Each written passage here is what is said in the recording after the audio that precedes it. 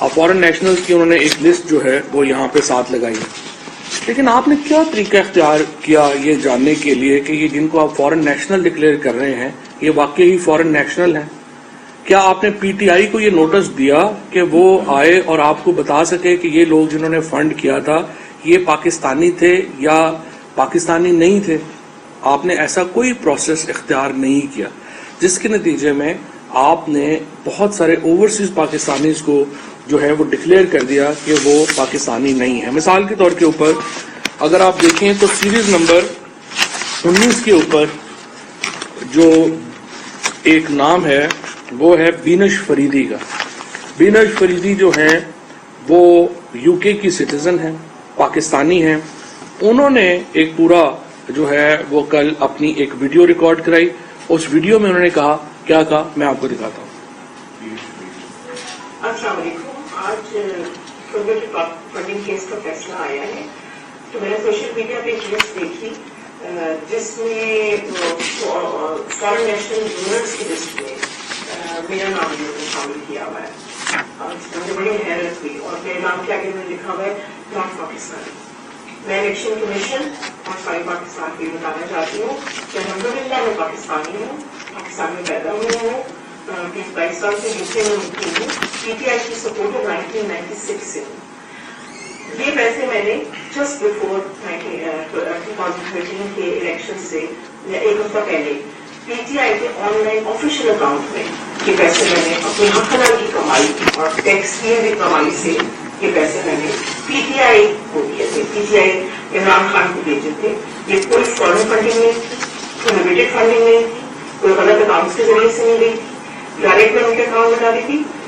میری ای سی پی سے گزارش ہے کہ غیر ملک ہمیں پاکستانیوں کو غیر ملکی ثابت کرنے کی کوشش اور ان کا سلسلہ بند کیا جائے. ہم الحمدللہ پاکستانی ہیں، ہم وطن پاکستانی، پاکستان کا درد رکھتے ہیں، پاکستان سے محبت کرتے ہیں.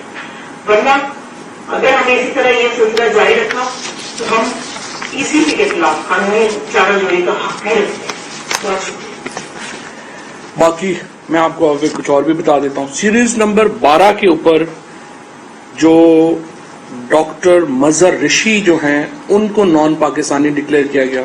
ڈاکٹر مظہر رشی جو ہیں وہ کراچی میں پیدا ہوئے، ڈاؤ یونیورسٹی کے گریجویٹ ہیں. بعد میں وہ ڈینور چلے گئے، وہاں پہ انہوں نے پریکٹس کی. ان کی بیگم جو ہیں ان کا نام سمیہ رشی ہے. دونوں جو ہیں وہ پاکستانی سٹیزنز تھے. دونوں جو ہیں ان کا انتقال ہو گیا اور دونوں لیکن ساری عمر جو ہیں وہ پاکستان کے لیے ان کا دل دھڑکتا رہا. انہوں نے ڈینور میں ہر جگہ کے اوپر نان پاکستانی تھے دونوں، اور دونوں کی بہت کنٹریبیوشنز ہیں پاکستان کے لیے. ان دونوں کو سیریز نمبر 11 اور 12 کے اوپر نان پاکستانی ڈکلیئر کیا ہے الیکشن کمیشن آف پاکستان نے. اسی طریقے سے خادم نبی نے جو ہیں ان کو نیکسٹ پوائنٹ، ان کو پروبسٹ انٹرنیشنل، یہ ایک کمپنی جو ہے اس کو غیر ملکی کمپنی ڈکلیئر جو ہے وہ کیا گیا ہے. اس کو جو آصف خان، پہلے آصف خان کا کر دیتا ہوں. ان کو لسٹ نمبر 11 کے اوپر ہیں یہ کمپنیز کے اوپر پروبسٹ انٹرنیشنل. یہ سنگل مین کمپنی ہے. پہلے تو میں آپ کو بتا دوں کہ جو تمام کمپنیز جن کا اوپر کہا گیا ہے کہ یہ فورن کمپنیز ہیں، یہ سنگل اونر کمپنیز ہیں. ان میں کوئی شیئر ہولڈرز نہیں ہیں، کچھ نہیں ہے. یہ سنگل اونر کمپنیز ہیں. اور یہاں پہ یہ پروبسٹ انٹرنیشنل ہے، آصف خان اس کے مالک ہیں. انہوں نے اپنی جو ہے وہ ٹویٹ بھی کیا ہے، انہوں نے اپنا کیس بھی جو ہے وہ یہاں پہ بھیجا ہے. What a ridiculous judgment and investigation by Election Commission of Pakistan. I donated $100 from my company's PayPal account back in 2013 and I see my old company's name Probist International in the list. Asif Khan یہ پاکستانی ہیں اور انہوں نے $100 جو ہے اس company نے funding کی ہے.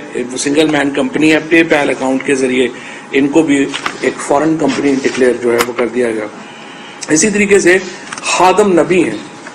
ان کا جو نام ہے وہ لسٹ میں ہے 13 نمبر کے اوپر. یہ کہتے ہیں الیکشن کمیشن نے میری طرف سے پے پال کے ذریعے ادا کی گئی رقم کو ممنوع قرار دیا ہے. 2013 میں میری کمپنی کا نام نیکسٹ پوائنٹ کمپیوٹر تھا اور یہ انہوں نے ساتھ اسکرین شاٹ بھی کیا. یہ بھی پاکستانی ہے اور انہوں نے بھی $100 جو ہے وہ عطیہ جو ہے وہ کیا ہے.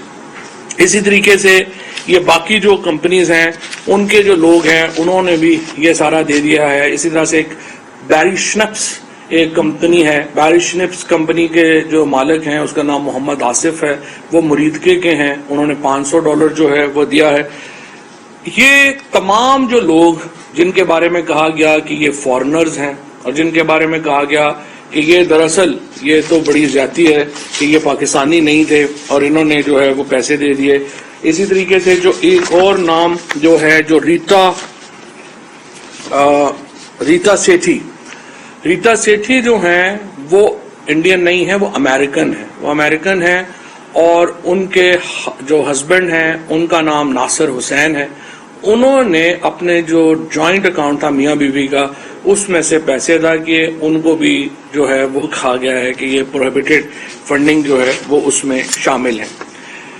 پہلی بات تو یہ ہے کہ میں یہ سمجھتا ہوں کہ الیکشن کمیشن کا جو تمام جس کے اوپر ریلائنس ہے وہ ایک انتہائی کمزور انویسٹیگیشن انہوں نے کی نہیں ہے. سنی سنائی باتوں کے اوپر انہوں نے کام کیا. اس کے لیے کوئی بڑی بات نہیں تھی, انہیں صرف ہمیں نوٹس دینا تھا. ہمارے جو اس وقت کے فائنانس سیکرٹری صاحب ہمارے ساتھ بیٹھے ہیں, ان کو نوٹس دینا تھا سردار صاحب کو. یہ وہاں پہ جاتے اور ہم آپ کو بتا دیتے کہ یہ سارے لوگ پاکستانی ہیں, کہاں پہ رہتے ہیں کیا نہیں, لیکن کسی کو نوٹس نہیں دیا گیا, کچھ نہیں دیا گیا. اب آئیے جو یہ کہہ رہے ہیں کہ 16 اکاؤنٹس جو ہیں وہ جو چھپائے گئے. الیکشن کمیشن میں یہ پورا ڈاکیومنٹ جمع کرایا گیا اور ان تمام اکاؤنٹس کو کی ڈیٹیل جو ہے وہ دی گئی. ہوتا کیسے ہے, عمران اسماعیل, اسد کیسر, اس طرح کے جو سارے لیڈرز ہیں ان کے نام کے اوپر یہ اکاؤنٹس جو ہیں وہ کھلے اور ان لیڈرز کو جو پیسے ہیں وہ مین اکاؤنٹ سے ٹرانسفر ہوئے. کیوں ٹرانسفر ہوئے؟ 2012 میں یہ پیسے آئے تھے, 2013 میں جنرل الیکشنز آ گئے تھے. جب جنرل الیکشن ہوئے تو انہوں نے جو مختلف علاقوں کے اندر جو پارٹی نے خرچہ کرنا تھا اس کے لیے سبسڈری اکاؤنٹس کریٹ کیے.